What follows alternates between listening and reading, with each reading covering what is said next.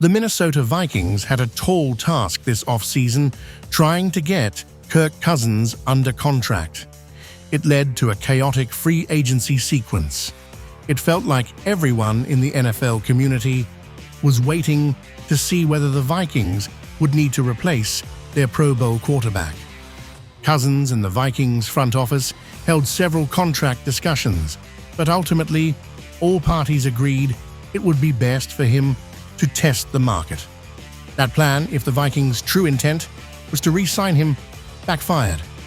Yet it's possible the Vikings felt it was time to move on from the 35-year-old QB coming off a season-ending Achilles tear. There have been plenty of reports leaning either way, but now we have an update on one aspect of those negotiations. While we don't have access to what really happened between Kirk Cousins and the Vikings, now there's been an update on one aspect of those negotiations. It comes straight from the horse's mouth, with Cousins appearing on the Scoop City podcast with former NFL QB Chase Daniel. Cousins indicates that Kevin O'Connell told him it would be very unlikely for the Vikings to draft a QB if he returned in 2024.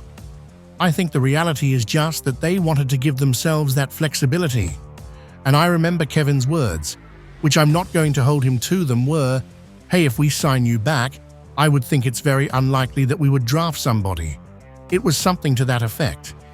But I also know in the league, things change. So even if he says that, it's not like I'm going to, hold him to that. But his approach was, "I just don't see us doing that if you're back.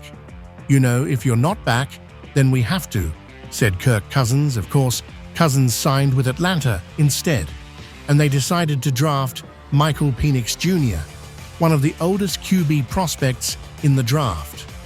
The move was easily the biggest shock of the 2024 NFL draft, especially considering the Falcons had a strong need for a pass rusher. Not to mention, they were just 1 month removed from paying Cousins a 4-year, $180 million contract. That's a lot to invest in one position for a defense that ranked in the middle of the pack last season, 18th in points allowed.